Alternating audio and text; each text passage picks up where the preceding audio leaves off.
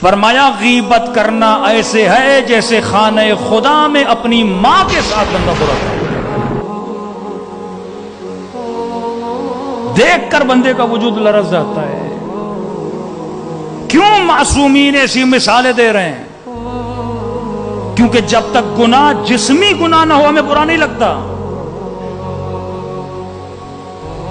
جب تک کوئی جسمانی ایکٹیویٹی نہ ہمیں برا نہیں لگتا۔ کہ دیکھ کتنا تجھے برا لگ رہا ہے تیری امیجنیشن میں، اپنے ادراک کو مضبوط کر معصومین کے فرامین سے۔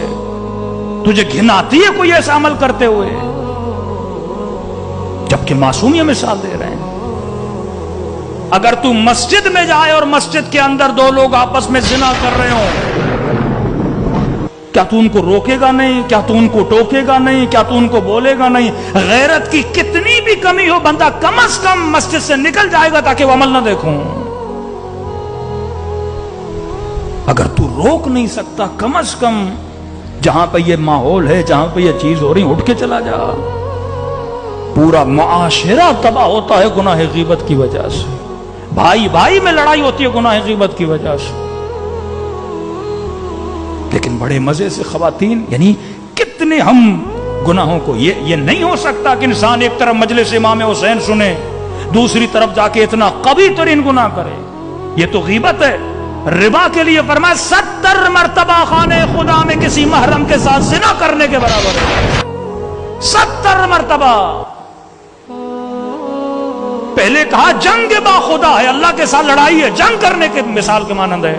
اب بندے کا ذہن ہے نا، اس کو جنگ سمجھ میں نہیں آتی، اس کو کوئی انسان چاہیے ہاتھ میں تلوار اور اسے قتل کرے۔ اللہ نے کہا شاید اس کے سمجھ میں نہ آئے، پریکٹیکلی میرے وجود کو جسم کی صورت میں نہیں سوچ سکتا۔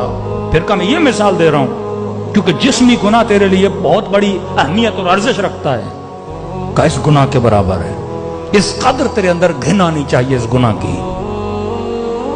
لیکن اسی مسجد میں نماز پڑھے، مومن مومن کے ساتھ مصافحہ کرے، فوراً شروع ہو جائے کسی مومن کی برائی کی اور بولو کہ بھائی برائی نہ کرو۔ نہیں مولانا میں سچ بول رہا ہوں۔ بندے خدا اگر جھوٹ ہوتا تو تہمت ہوتی۔ غیبت سچ کا نام ہے، جھوٹ کا نام نہیں ہے۔ واقعاً اس کے اندر وہ برائی اور تو لوگوں کو بتا رہا ہے، یہ غیبت ہے۔ اگر تو جھوٹ بول رہا ہے وہ تو تہمت ہے۔